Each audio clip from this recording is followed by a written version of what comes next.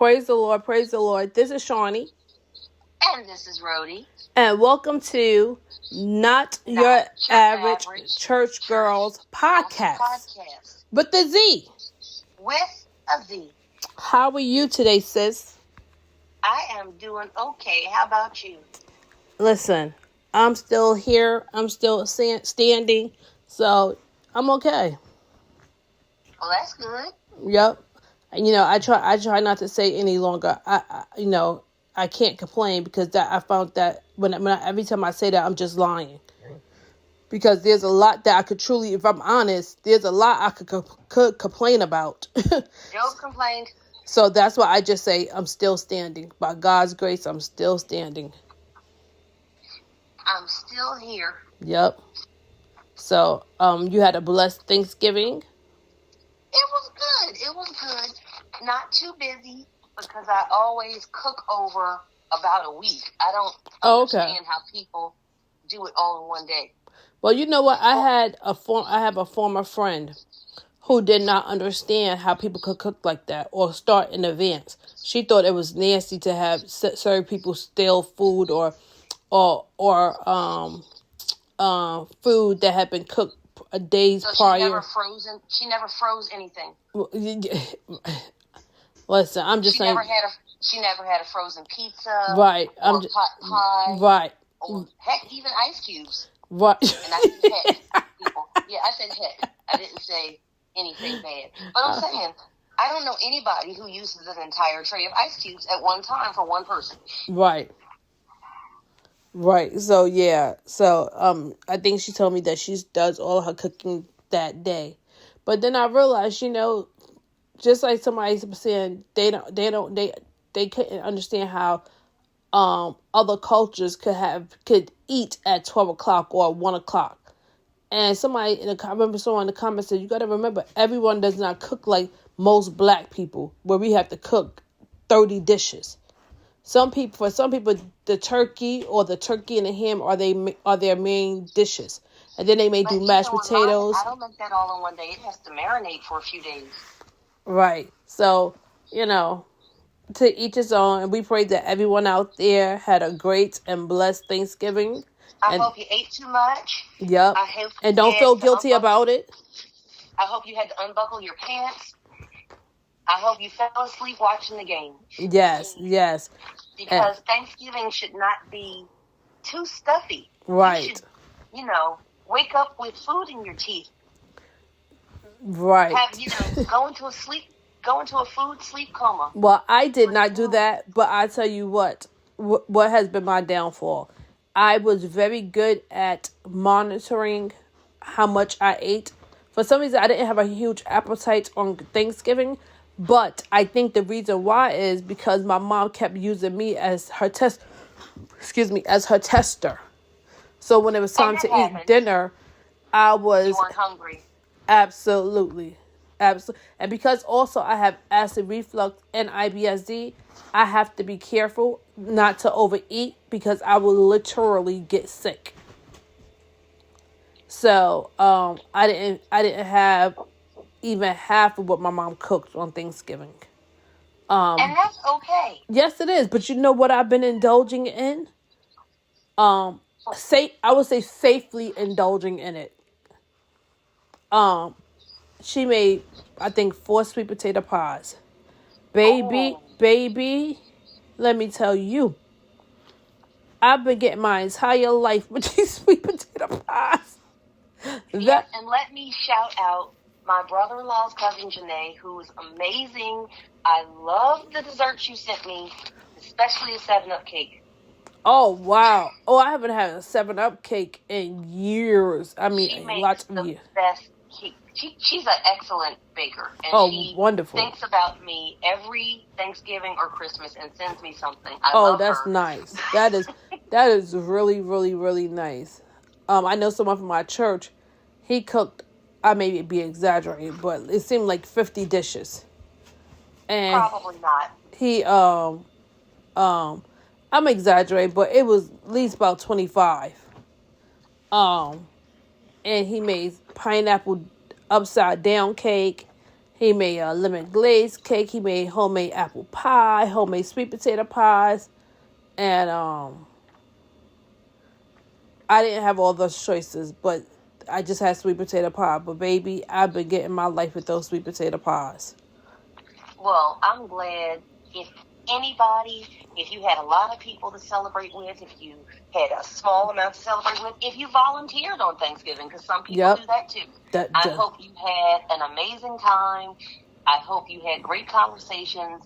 I hope you laughed with strangers, because sometimes that's the best laugh. Listen, that is the truth. That really is the truth. Because ShopRite had a sale on cheese the week of Thanksgiving, so everybody who made any dish with cheese in it was in the cheese aisle. We were standing there, and she was looking in the refrigerator, and she said, "Where is this certain kind of cheese? They always have it. If they don't have any, I'm going to be upset." What? And I said, "You mean the one that's right in front of your eye level?" And she grabbed me, and we laughed like we were old friends. I loved it. It's so funny that you said that, because the same thing happened to me in Boscov's. I was looking for a mixer, and I knew I was in the right section. And I'm not one of those people that try to bother, the salespeople. I try to be self-sufficient and look for things myself. But I was getting aggravated because I was starting to veer out of that section. And I'm like, okay, I doubt if it's over here with the pots and pans. I know it has to be over there. I see blenders. I see toasters. I see air fryers. I saw like the KitchenAid type mixers. So I'm thinking like, where? I just cannot. I'm looking everywhere. Cannot find it. So I finally said, you know what? I just have to go ask for help. And so the guy said, "Oh, sure, I'll come help you." The exact place where I had just finished staring, is the exact place where he took me and said, "Here they are." And I said, "Oh my God, sir, I was standing here. I did not even see. How could they be right here? And I did not see them." He laughed, so he said, "Listen, I work here, and the same thing has happened to me." He said, "So it's okay." I said, "Oh my, how was they right in my face and I did not see them?" It happens. It does. Well, but I love that. I love that everybody. I hope you had a great time. Yes. And I hope you enjoyed yourself. And yes, enjoyed your family or your friend or whatever you chose to do. Whether you just chose. I realized for myself, I said, "You know what, God? Even if I had to be alone on this day eating a peanut butter and jelly sandwich, allow me to be grateful that I had bread, that I had peanut butter, and I had jelly." So we just pray that everyone had a blessed Thanksgiving. And Rhodey, tell the good people, what is our topic for this week?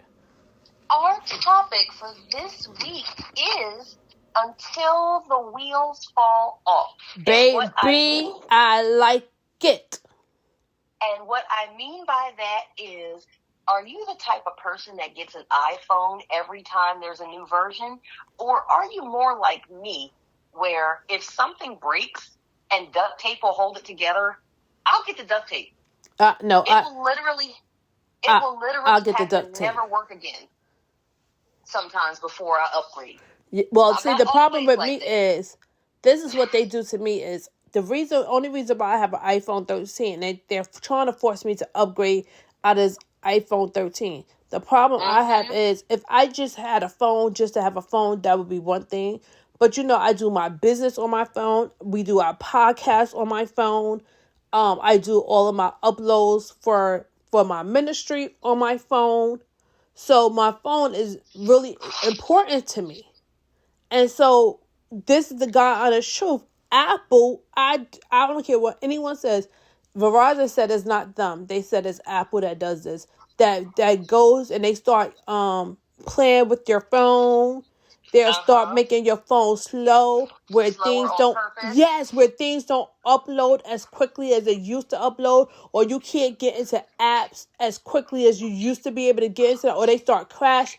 I mean, like before I got this iPhone 13, When I tell you the stuff that Apple was doing to my phone to force me to upgrade, it got to the point that I had no other choice but to upgrade because I literally could not upload any of my spiritual videos. Huh? You couldn't do anything. You were like, I could not do I might as well throw it in the trash. Yeah, Brody, I couldn't upload any of my spiritual videos. Not even one. So I had no other choice but to upgrade. But I'm like you, until the wheels, if it's something that I don't have, if it's not something that's imperative, that is going to take, impact my life in a really great way, like the phone would have impacted my life, because that's impacted my ministry. If it was just me not having that, all that stuff, we didn't have the podcast, all that stuff, me just having a phone to text or call, baby, I would still had the iPhone 10 or whatever I had. I want to upgrade it. People are always trying to get you to upgrade everything, even if there's zero need for you to do so. It's unbelievable. But even in friendships, and someone told me I'm a little too loyal, because I'm even like this with doctors. Like, I can be with a doctor until the wheels fall off. And it's just like, I'm just coming to the realization, like, even I'll say maybe this year, Shaniqua, if this doctor is no longer serving you the way that you need to be served, you don't have to feel guilty about getting another doctor. That's true. Absolutely. But it has taken me a long time to get there. Like, my PCP, I'm riding with her. Shout out to my PCP. You know who you are. Baby, I'm riding with her until the wheels fall off. Until either, God forbid, God takes me out of state or take her out of state. That's how I'm riding with my PCP. And staying with something until the wheels fall off isn't necessarily a bad thing. No. But sometimes it's not always necessarily a good thing either. Absolutely. I still have my old phone. I had to upgrade because my old phone started to hang up on people. It wouldn't keep a charge. Yeah, that's what I'm going through right now. And I love the phone, and I would have kept it if it kept on working, but my son finally talked me into getting up, and he's like, Mom, you have to, because you'll be mid-conversation, and the phone will just hang up. Yup. Brody, I had the same problem. The same exact problem. I had to have a charger and a backup battery everywhere I went, because it would not keep a charge. Yep. At all. So, I finally got, but I still have the old phone. But that was I was like, I will keep it. And I actually still use the old phone because it has games and stuff on it that I used to play. And I still play from time to time. But I can't depend on it. That's why, the only reason I got rid of it. But, and also sometimes going to something more extreme, sometimes people ride until the wheels fall off in relationships or even friendships when you should have been stopped those wheels. Like, sometimes, whether it's family, whether it's friends, it can even be church family. If someone is disturbing your peace, if someone is manipulating you or taking away your joy or harming you in any type of way, you don't need to be loyal to that person or to those people that are hurting you. Sometimes it could be family that constantly hurt you over and over. Like, you know how sometimes in families, you go to a family function and they always choose one person to always want to pick on and laugh about. Oh, yeah. You know what I mean? Like, always, for example, if I went, I'm not that person, but if I went down south, and every time I went down south, my family would like to gang up on me. All Nick do is wear skirts. All Nick do is look like she going to church. Now, well, they have said that to me though. But it's not like they're ganging up on me. It's just a couple of them have said that to me. But if everybody was ganging on me, why you always wear a skirt? Why you never wear pants? Or why you always look like the way you look? Listen, sometimes you have to, for your own sanity and for your own peace of mind, sometimes you have to detach yourself from situations. And I tell people this all the time. When I was growing up, I did not have control over my peace. but I refuse as an adult not to have control over my peace.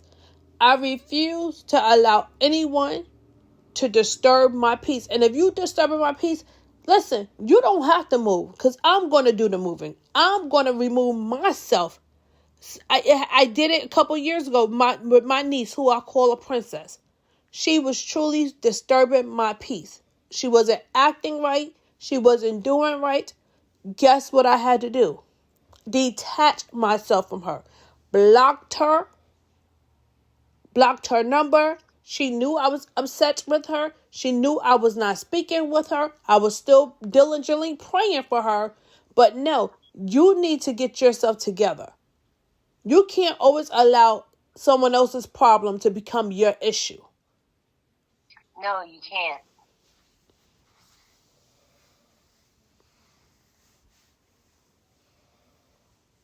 Hello. Oh no, I was sorry. No, you can't. Oh, I thought you was going to continue, so that's why I just said that. I know I was talking for a minute, so I said let me hush and let her talk some.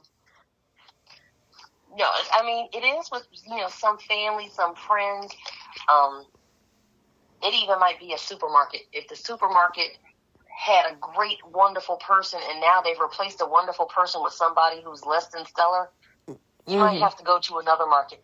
You know what, Rhodey, and that's something that may seem simple, but it really is not simple because sometimes some people are creatures of habit. Everyone is a creature of habit. In some way, That's how some people get murdered. Well, that too. Well, geez. No, I'm just serious. Well, change up your routine. Well, you know what? But you're not wrong in that, because even me, when I walk my dogs, even though I live in a decent neighborhood, listen, hurt, harm, and danger come to you anywhere. So even myself, I switch up how I walk them. Like, I don't always just start off walking them in the same direction all the time. I do dips and turns and do different things so no one can see my pattern. To say, oh, every day she walks straight up, or every day she turns around this way, or no, you're never going to get my pattern. So she's absolutely right in saying that some people really are A-type personalities where they can't make it. They're so tight in their thinking and stuff. Yes, that they can't make changes. And like she said, okay, harm can come to you with that type of thinking. Now, don't read too much into it, people, because I am one of those people who watches Dateline and Murder podcasts all the time. So, yes, change your routine, but don't think if you don't change your routine, somebody's going to drag you. Somebody's going to come out and get you. Right. Listen. My thing is, I know I'm covered in the blood, but I feel like I need to do my due diligence as well. That's how, yes. Just personally, that's how I feel. You should do like me and my sister say, trust in God, but lock your car. But listen, lock your door. Don't say, oh, I know I'm covered in the blood, so I can keep my keys, when you know you left your keys in the door. Don't get me wrong, there's been times I've been in here knocked out sleep with my door open or keys left in the door, but it was unintentional. I did not realize those things had happened. Do it on purpose. Right. But when you know something is a situation and you do it anyway, listen, you're treading on thin ice. But I really actually like this topic. I really do like this topic because some people are so loyal, even like with friends. I'll give you a perfect example. Let's talk about celebrities. You'll hear celebrities say how, I actually just heard, I don't even know, I don't follow this guy, so he must have been like on Entertainment Tonight or something like that. I don't know, he was doing an interview with someone, Mike Epps. And, yeah. And he was saying how, and he's not the first person I heard to say this, but how when he made it, he felt so guilty that he felt like he had to bring everyone else along with him, like all his homeboys and stuff. Yeah, haven't we learned from MC Hammer? Thank you. I mean, I was going to bring him up next. And he said not only that, like he was so stressed out that he was doing cocaine. And he said he knows that when he would be around his friends, doing cocaine, depressed about just like when he really shouldn't have had anything to be depressed about, but he was carrying the load of his friends when he was around them, in his state of doing drugs, of being depressed. They would be like, man, I love you, I got you, da da. But once he got to the place where he was like, I'm not going to do drugs no more, da da da, he said that everybody turned on him. They felt like, oh, you think you all that. Fat Joe, I know who Fat Joe is. He had I think it was Fat Joe, if I'm not mistaken. He said he did this thing with his friends. Either Fat Joe or LL Cool J, but I want to say it was Fat Joe. He said he did this experiment with his friends. He had maybe about 14 or 15 of his friends around him that used to be around him every day. You know how people have their entourage. And he said what he did was he set them all down. And he said, I just got to let you guys know I can't do what I used to do, what I normally do for you guys. I've made some bad investments. I've spent, too much money. And now I'm either broke or bankrupt. I can't remember which one he said. But however, he was saying he no longer had money. And he said that he did this just to see who was for him and who wasn't for him. And he said out of all those people, I think he said only 3 to 4 people stayed. And he said, I'm not surprised. And he said those are people that he still rock with to this day.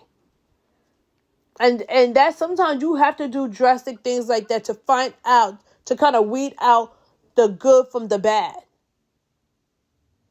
I'm not surprised at all. And it's a shame that you find out people like that, because some people are only around you to get what they can get from you. Absolutely. And don't assume everybody is a taker that's around you. Right. There are people that are only around you as long as they can get something from you. And don't assume just because God has blessed someone with more, with abundance, that they have changed. And maybe they have changed. Maybe they have changed, but it's not a bad change. Maybe they just have to put up more boundaries and different things. Don't take everything so personal. People take things so. I just had to tell someone that. What? Don't take it so personally. Don't take everything so personally. People do. They take, for example, you say you think you're cool with someone, and they breath smell a little, rotten, and you may say, would you like a piece of gum? And they decline. Would you like a breath mint? They decline. Would you like an Altoid? Now, my thing is, if you don't get the picture, if somebody keep offering you different things, and you keep saying no, and the person said, well, your breath is not smelling as fresh as it should be. Especially if they're not saying it around other people, or if they're not being ignorant with it, because some people could just be really rude. Yes, with their mouths. If they're trying to be polite and tell you, don't take it personal that they're saying to you that your breath don't smell that great. You may just, I was always taught this is what you do. You take a mint and then you give the other person a mint, so they maybe won't take it as personal. Absolutely. That's what I do. I'll take a piece because gum is my favorite.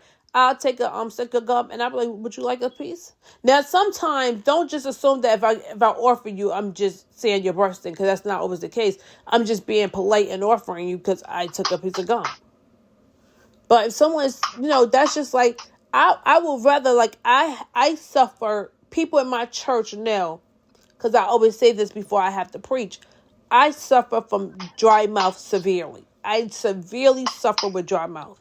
And I always say, please do not let me stand up here with the yuck mouth. I don't want to be standing up here foaming from the corner of my mouth, and everybody's looking at me and can't even receive the word because they're too busy looking at my nasty mouth. Like, somebody get my attention and say, try to do something, let me know, clean my mouth. I would be offended if you knew I was up there with the yuck mouth and you didn't try to get my attention and tell me anything. Because I would be embarrassed. Absolutely. So, and talk about riding till the wheels fall off. How about church?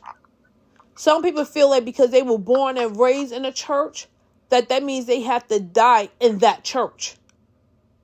And when I say die in that church, I don't mean physically die, like die in the church, but meaning like they cannot move memberships. They can't, if that church is no longer serving their spiritual well-being, their spiritual needs, they don't feel like they can go and pray and say, God, I need you to send me somewhere else. They feel like they have to stay in that church because they were born in that church, or they were raised in that church, or their grandmama was is the pastor of that church. That's true. Look, matter of fact, Rhodey is a perfect example because her dad is an actual pastor. Yes, he is. But that's not where her membership... Well, maybe her membership is there too. But I know she goes to my church. The majority of the time, I'm not at my dad's church. Yeah, she's at our church. So... Can I ask... So I know you ended up in our church because of your mom. Is that why? That is true. Now, does your sister go to your dad's church? Yes. Okay. But God knew what he was doing because he knew that we needed Rhodey. He knew that we needed her gifts and her talents and her speed for cleaning. My speed with cleaning just has to, I want to go home. Oh, is that what it is? Basically. Oh, okay. But no one beats Karen. No, I was great saying it too. I was about to say it too. No, we don't normally name drop, but you guys don't know who we're talking about. Yeah, a beautiful sister. Yes. Such a sweetheart. Yes, no one can outdo this woman. I tell you, and I don't even try. Honey, I'd be so glad to see her. If she's cleaning, the best thing for you, honestly, to do is get out of her way. Yes. And don't guess try what? To help her. I will gladly move. Because I know for a fact I can clean well, but I'm not the fastest. She's just that.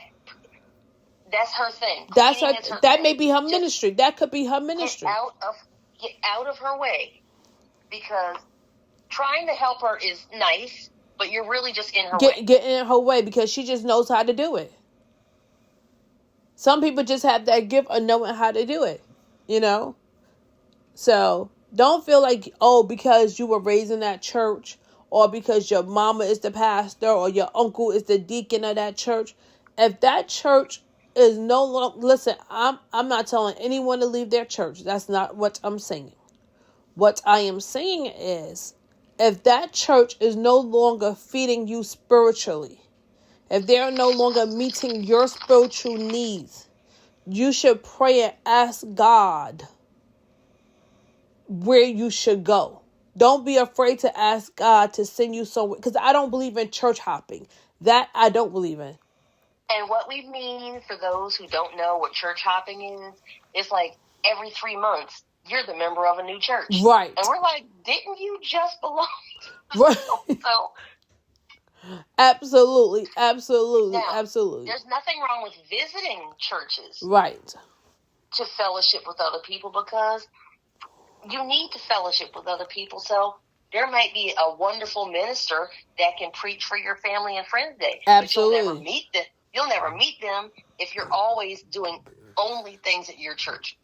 Absolutely. Yes, Absolutely. Church hopping and visiting are two very different things. Absolutely. And I think those are two things yeah. people get, they kind of interchange. Like, people think they're interchangeable. Mm-hmm. And they're not. Mm-mm. So my whole point church hopping is like, if I see you on social media and you say, I go to ABC Church, and then 3 months later, you're at DEF Church. I'm a member, I'm on the usher board, I'm on the choir, I'm on this.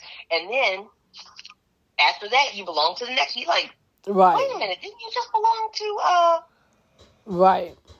It's very dangerous on a spiritual level. Because you're not staying long enough to be fed And not only that, you're opening your spiritual portals to receiving different things. And because let's be honest, just because it's a church doesn't mean that it's a church that has been ordained by God. Let's just be honest here.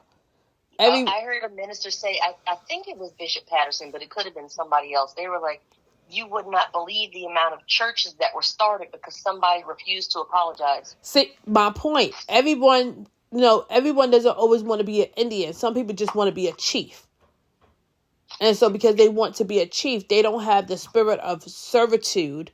They want to just be in the leadership role. Or, you know how some people just want to have a business or want to be in a certain position because they want to be the boss. But being the people I don't think people realize how hard it is being the boss, because everything falls on everything. You have to do everything. You have to do everything. Yes, inventory falls on you. If you have a vehicle that your business uses, the insurance for the car falls on you. The gas, the maintenance, everything. If you have employees, making sure you are able to afford to be able to pay those employees fall on you. I mean, it's a lot having your own business. It's a lot being an entrepreneur, being a business owner. So, so the point is, don't just always feel like if you're in a situation, don't feel like you have to stay in that situation. It could be you could be at a job. Mm-hmm. And you could be so unhappy at this job. You don't have any fulfillment at this job. Maybe it's a job where you can't advance at this job. There's nowhere else for you to go. You can't go any higher. And you're so unhappy to, like, when you wake up, you're like, oh, I have to go to work again. Like you hate it that much. You have that much disdain for it. But maybe you feel like you owe them your loyalty because maybe they helped you out when you were sick or something. Or maybe it's more of a mom and pop shop, something like that. And maybe they were very generous to you when your parents were sick and you needed time off to care for your loved one. So you feel like you owe them. You don't have to owe them for the rest of your life. No, you don't. That's what we mean about riding until the wheels fall off. You don't have to ride until the wheels fall off with every situation. There was a woman that I worked with at a job that I absolutely could not stand. But this woman was amazing. She was in another state, and she would go above and beyond for this particular employer, and he was cuckoo. And I would ask her sometimes, I'm like, why are you doing all this for him? You're such a nice person, but at 5 o'clock needs to be 5 o'clock. Ain't no way in the world you need to be answering emails 7:30, 8 o'clock at night. You still have to be in the office at 8 o'clock in the morning.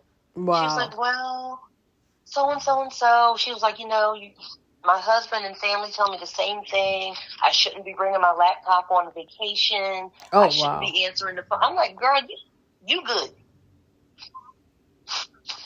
Because work is from 9 to 5, or however your hours are. Your laptop should not be on vacation with you. It's funny that you just said that, because I just saw this article on Newsbreak.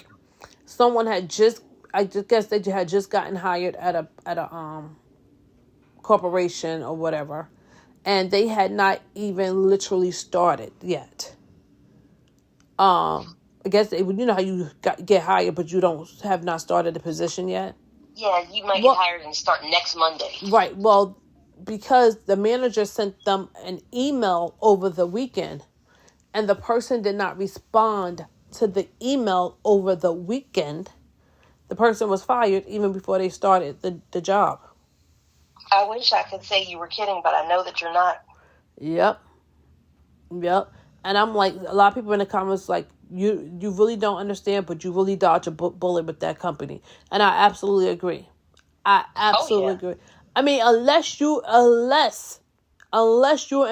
in such a higher up position where like a trauma surgeon, right, and you know that you're on call and that you know that you always have to have your pager on or your phone on, or you always have to have your emails active and actively reading your emails.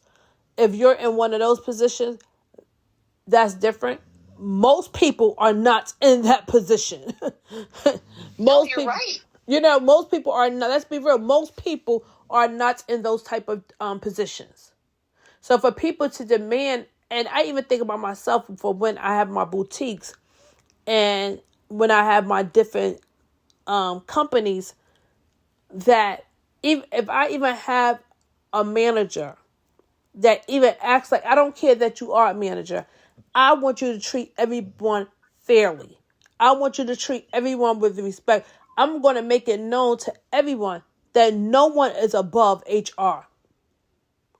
Because sometimes I've learned that in jobs, people think because they're the team lead, or because they're the supervisor or the manager or the vice president, that they can just treat people like trash. Or sometimes they're not even in those positions. And they still act like that. You might just be the person that has the longest tenure at the company. That's true too. You're not a manager. Yep. You're not a supervisor. You're not anything. You just feel like, I've been here the longest, so people should just listen to me. That's absolutely true. And you're like, you are on the same level as I am. Have a seat. You know what? That is the God honest truth. You're absolutely, that is really true. That is really, really true. So my point of saying this is, just because you're at one of those positions, if someone being there for you, someone helping you out, does not mean that you have to be with that company until the wheels fall off. No, because let me tell you, we all know, we've heard it on the news, big companies, large and small. You have been faithful and loyal to that company for however long a time, and your reasons are your own for staying there as long as you have. And then sometimes they'll give you a speech, they'll bring everybody into the room and say, we hate to tell you this. And they always seem to do, why do they always seem to do it around Christmas? And I think it's so heartless. And you were right about that, though. It does seem to happen a lot around the holidays. Around Thanksgiving, Christmas, New Year's. Yep. They're like, nope. And they might walk you all into the conference room and say, well, we're very sorry to tell you X, Y, and Z. And they're reading from a prepared speech because they don't want to answer any questions. And they'll say, we're sorry.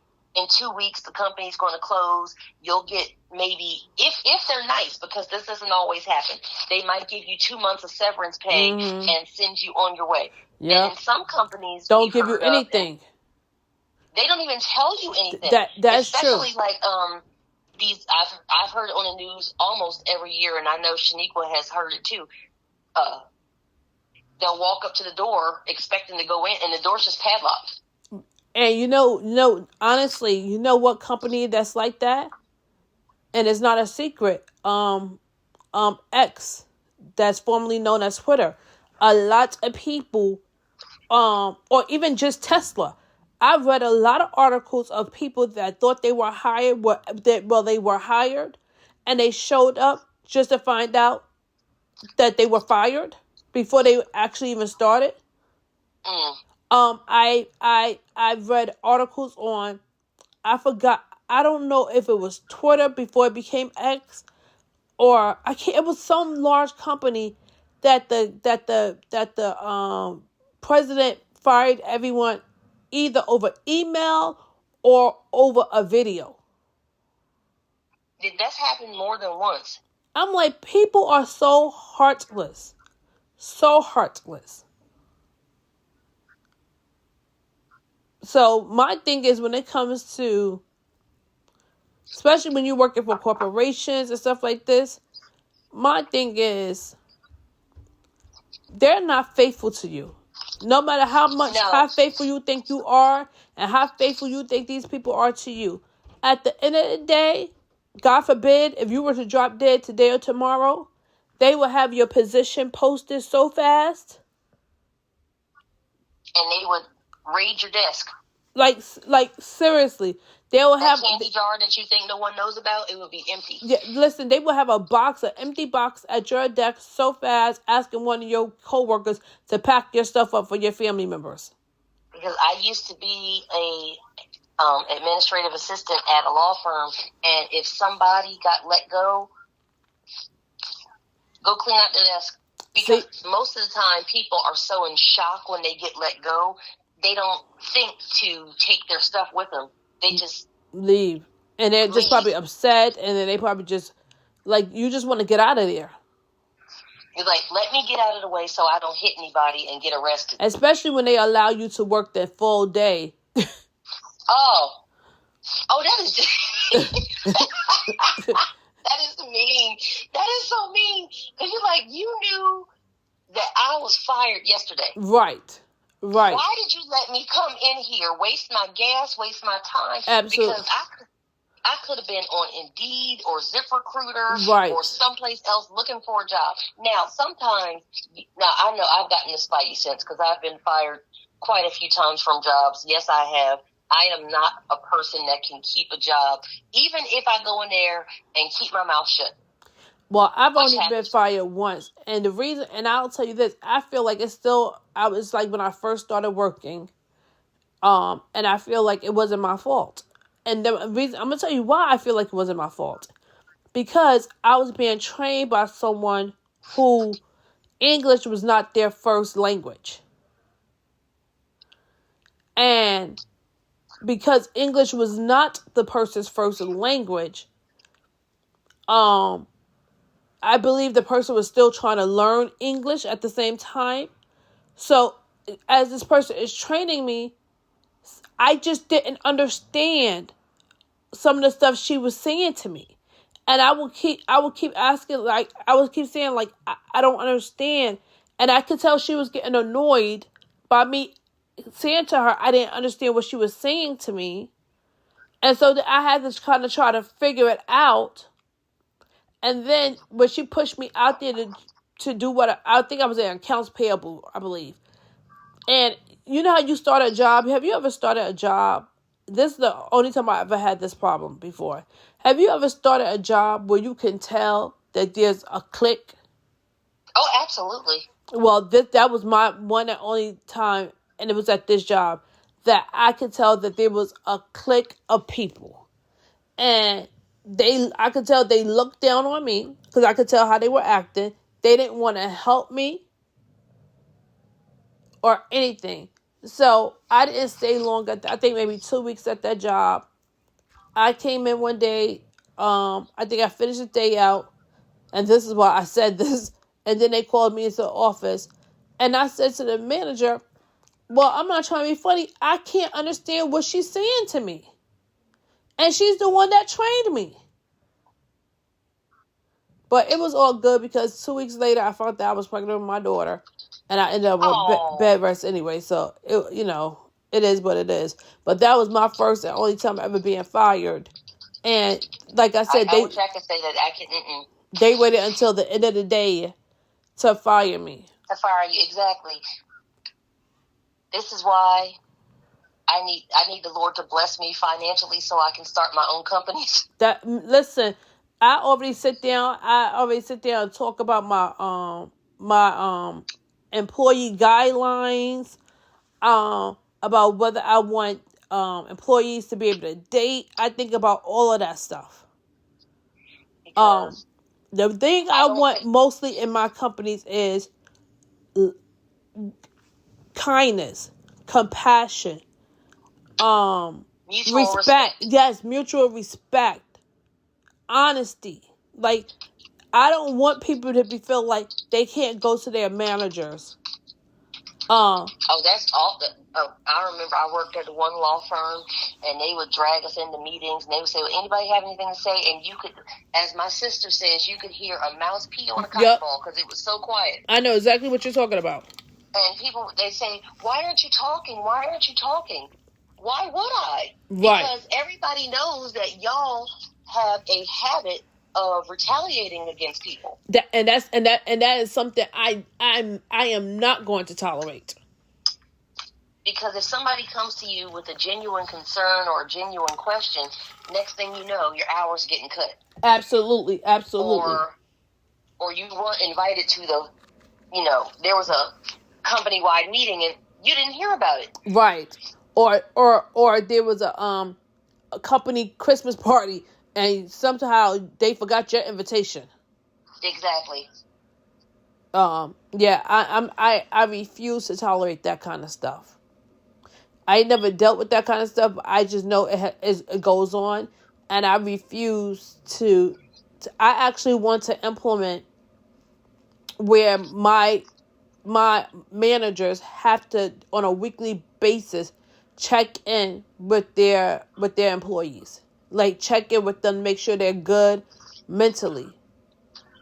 And I want to be, I may not be as accessible depending on how huge my companies get as I would like, but I want them to know that higher ups are listening and that we are accessible. If you feel like your manager is not listening or if your manager is retaliating against you. I have been to so many companies like that where you're like, I'm upset and I'm justifiably upset, but I can't talk to anybody because if I say something, especially some of your coworkers, you might say something innocently like, oh, I don't like that my boss did this, and next thing you know, you're in the office and you're like, wait, what? Oh yeah, you're right.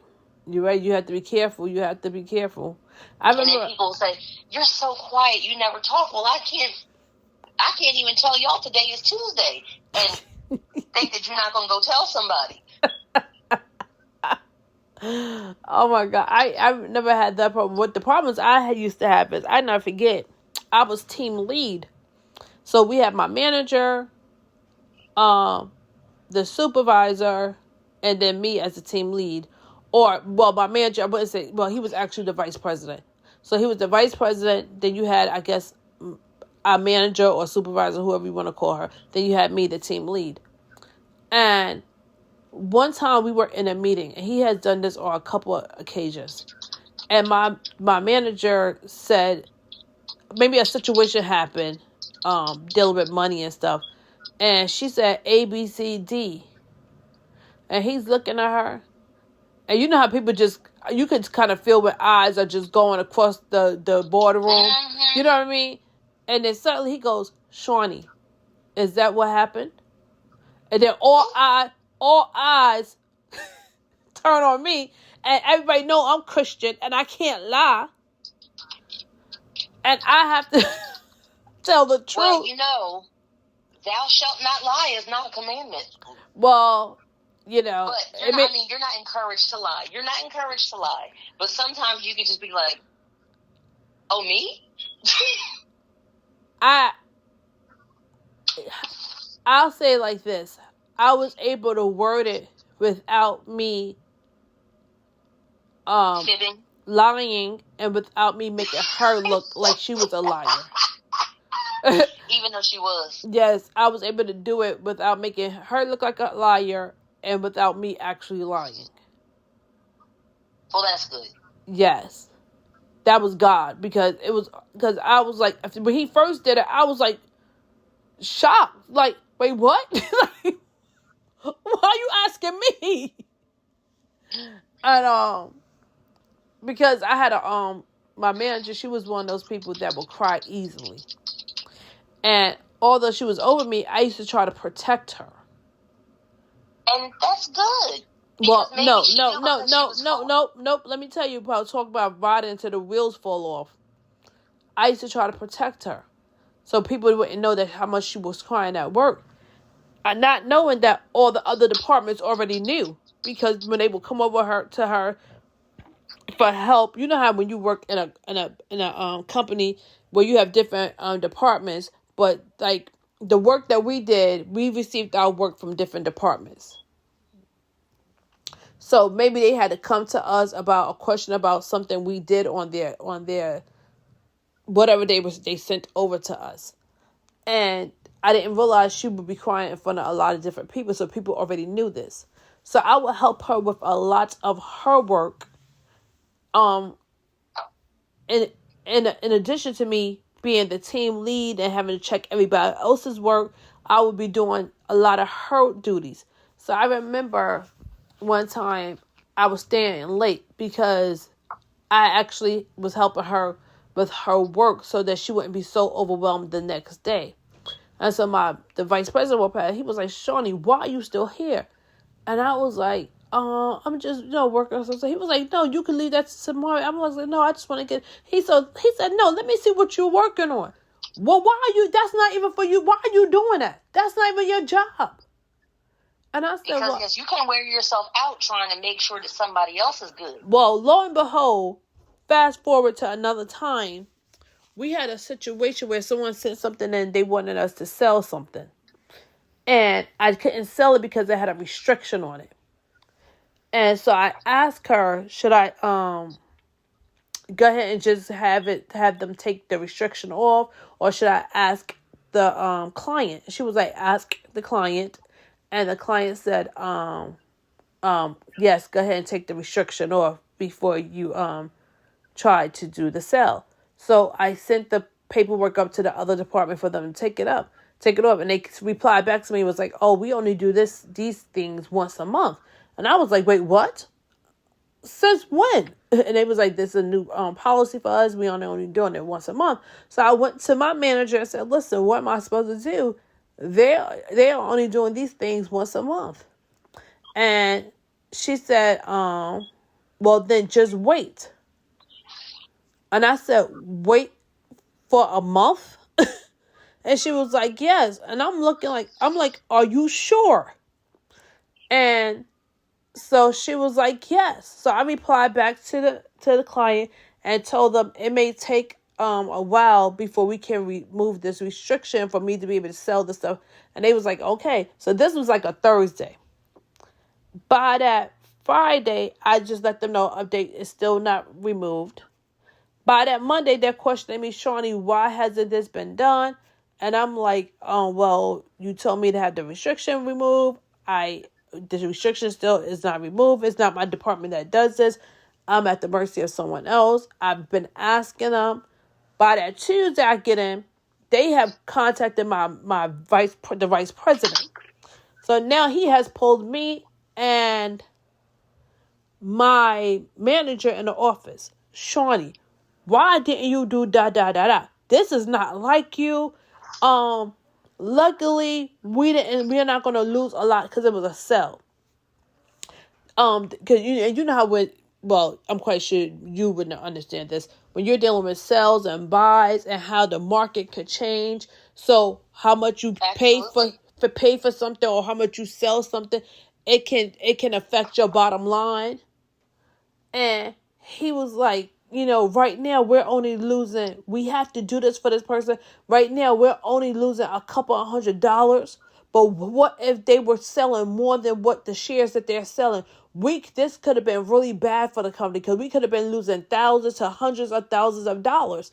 And I can't understand why you, and I said, well, I let the client know, and then I still don't understand.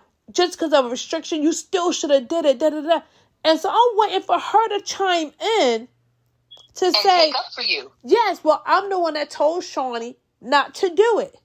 So I'm sitting there looking at her like, with this look on my face like, I know you're going to speak up. So I'm not saying anything because I know she's already very nervous about her getting this new position. I know she's already crying and carrying on. So I don't want to make life more difficult for her. So I'm just taking it. I'm not saying anything. I'm just taking it. Because I'm expecting her to be a woman. Because I'm one of those people. If I'm wrong, I'm going to stand up for my wrong. And I'm going to admit my wrong. So I'm expecting her to be the same type of woman. She wasn't. No. So I had to take. Never expect what you do for a person, a company, a community will be reciprocated. Yep. Don't ever think that. Yep. Don't think, well, I gave my coworker a ride to work for 6 weeks while their car was in the shop. If the tables are turned, don't you think for a second that they would do it for you because you did it for them. Let me tell you, that's the God honest truth. And that day changed our relationship. It changed our relationship. And I never forget, I was talking to one of the other, I, our department is really weird. So I was talking to another manager for my department, and I was in a parking lot, and I was telling her about it, and I just burst out in tears, like tears, crying. And she was like, no, you should have told him. And I'm like, well, I didn't want to get her in trouble. She's already, overwhelmed. Da, da, da. And I said, I just thought that she was going to be a woman of integrity and was going to stand and say, well, I did. She was like, why would you think that? Like, kind of like what you're saying. Like, why would you assume that? Just because that's the type of person you are, Shawnee, you can't assume that that's the type of woman she is. Because people are just extra. Yeah, and people are just people. People will look out for their own best interests. Absolutely. And don't assume. I don't care if it's at work, at school, at church. At church. Especially at church. Yep. And we're not saying you can't love your church family. Love your church family, and you should be there for them to a certain comfort level. However, don't think because you did it for them, they'll do it for you. Absolutely. But with that being said, we love y'all. Yes. We are going to bring this episode to a close. We hope that you got something out of this. And even, some things, if it ain't, like your phone, if it ain't broke, don't fix it. If your car is still running smooth after 10, 15 years, keep it. Because there's no peace like having no car payment. Listen. Other things. Listen. But other things in your life, like Shawnee just said, you really have to question. If there's a job and you think that your coworker or boss is going to stick up for you because you stuck up for them and they don't, you really have to question why you're staying at that company. Absolutely. Absolutely. Or if your cousin is always borrowing money from you and can't seem to pay you back, but you always see them with a new purse, then, that bank needs to close. Absolutely. Let me tell you, money can put a wedge between family, between friends, between enemies. I mean, like, money is like one of those things that, and I always tell people, if you truly can't afford to give it to someone, don't give it to them. Yeah, if you can't afford to never see it again. Yes, don't give it, because very few people, I'm not going to say people won't, but very few people will honor their word and give very few. Very few. And then there's some people may have good intentions of honoring their word, and life happens. Let's be honest. Sometimes life happens, and you may be like, it's between me paying you back and paying my rent, or me paying you back and I'm evicted and don't have nowhere to live. I'm going to pay my... You know what I mean? So sometimes it's not that people don't want to do the right thing. Sometimes things happen. So I always tell people, if you truly can't afford to give it and look at it like once you give it, it's gone. If the person pays it back, amen. If the person doesn't pay it back, amen. Because... And the other thing, if you let's say you lent somebody $50, and they're like, I swear I'll pay you back, and they haven't paid you back yet. If they go to Chick-fil-A, you see their car at Chick-fil-A every day. Don't I didn't say every day, but if you see your car at Chick-fil-A just getting a milkshake or something, because this time of year they have the peppermint milkshakes because it's seasonal. So good. But don't chase their car down talking about you have money for Chick-fil-A, but you can't give me my money back. Now, and I understand that, but then sometimes, on the flip side, like I said, if you see this person at Starbucks every day, and we know Starbucks is not cheap. No. Because that $5 or $10 you spend it at Starbucks, you could have been saving every day to give me my $50 back. And within a week, less than 7 days, I would have my $50 back. Or if somebody borrowed money from you, and you see them on social media bragging how they just bought them a new Gucci pocketbook. And you're like, wait, what? I'm going to beat the cost of that purse out of you. And on that note, we love you guys. Don't tell me you broke. And I don't see you with something small like Chick-fil-A. Right. I see you with something big. Or you see the person going on vacation. They're going on a cruise. Oh, that's a big one. Yeah. You claim you're broke, but then I see you on vacation. You call me crying because they're about to take your car, but you're in Nassau, Bahamas. Yes. When I'm still stuck here. Because I don't let you borrow my money. And then when you finally, even if you say, hey, you need to give me my money back by Friday. Well, here's a little funky $50. It wasn't a funky $50 when you was asking for. Thank you. And then they get an attitude because you had to. I can't believe you asking me for this $50. Well, I can't believe that you asked me for my $50. How about that? It was my $50, and you should have just given it to me. Yeah. And, okay, if I had not given you my little funky $50, what would have happened to you? Shaniqua, are you trying to say that this has happened to you before? You know what? Because I'm a very, very nice person. I'm a very compassionate person. I'm a very kind person. And if I have it, I will give my last. I am that kind of person. And I'm not that person that will ask for my money back. It has to be a situation where I can't even think of a situation. I have to be in such a bind. Or maybe you just let them know up front, this is a loan.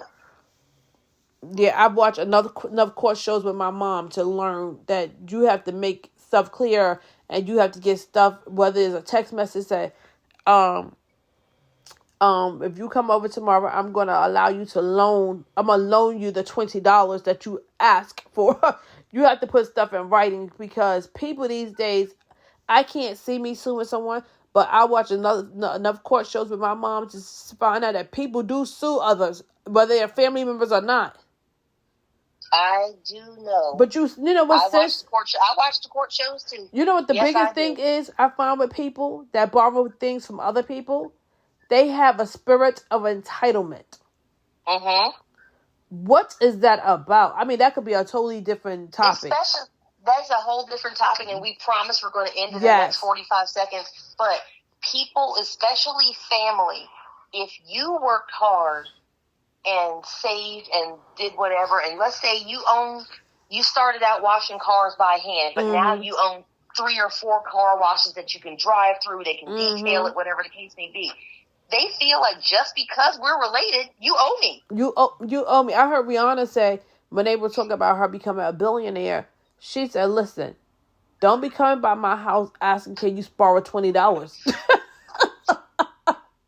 And I'm like, it was funny, to hear somebody say that of her statues to say, don't be trying to. She wasn't always a billionaire, and they should understand that. Right, and she has kids, and people don't realize just because they're saying they're a billionaire doesn't mean they have $1 billion in the bank where they could just go right there. Yes, right. They have assets that allow them to become a billion. Most people. Now she might have $100 million in the bank that she can just touch. Absolutely, but that's her money. That's her money to do whatever she wants to do. She wants to. I don't care if she wants to have breakfast in bed served on silver platters every morning by her staff. That's her money. That's her money, and that. Listen, as soon, I say this all the time, as soon as I become wealthy or in a place where I can have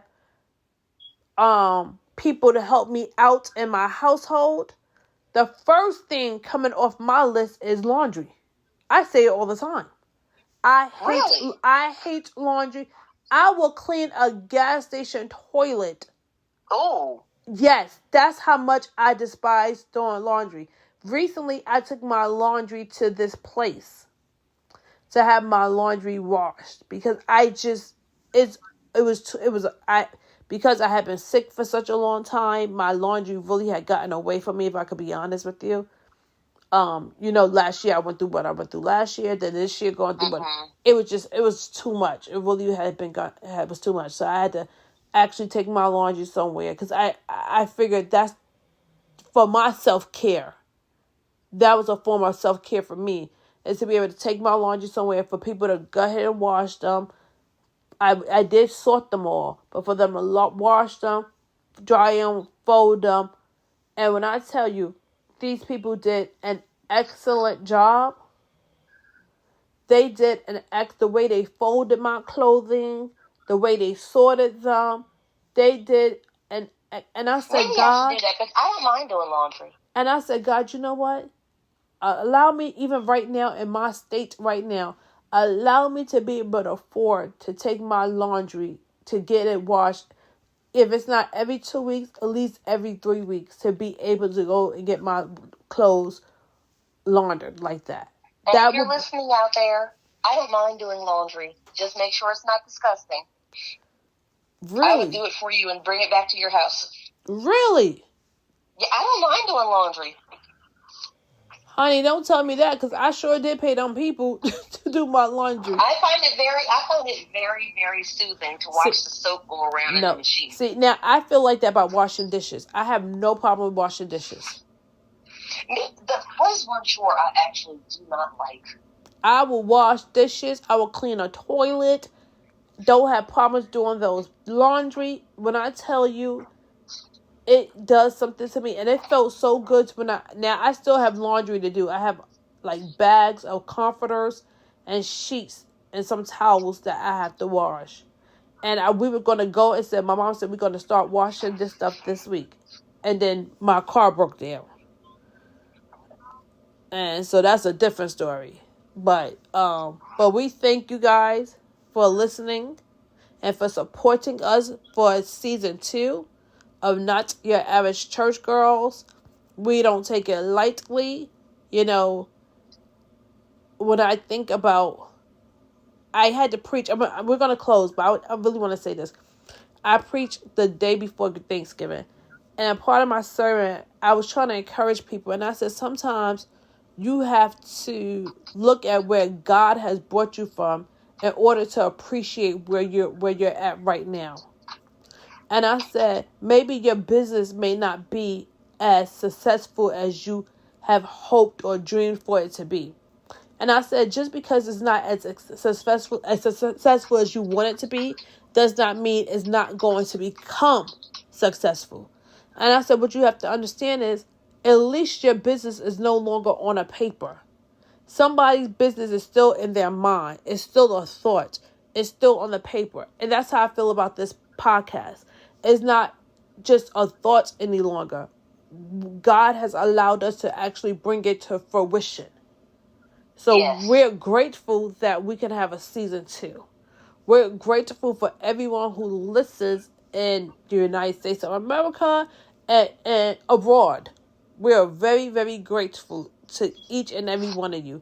So we just ask you to continue to download, to subscribe, to like it, to start commenting. Tell us what you think about our topics, about our what we discuss. Tell us what you would like for us to discuss.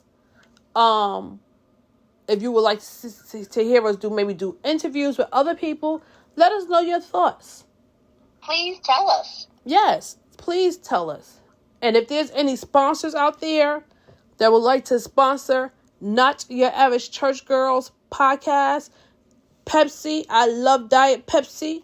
If you want to sponsor us, we're all for it. I don't like diet soda. It has to be full sugar. Well, see, I said diet. She wants full sugar. Pepsi Cola, if you want to sponsor us, listen, we are here for it. But until next time, God bless you. God bless you. God bless you. And may heaven smile upon you is my prayer. Have a great day. Bye.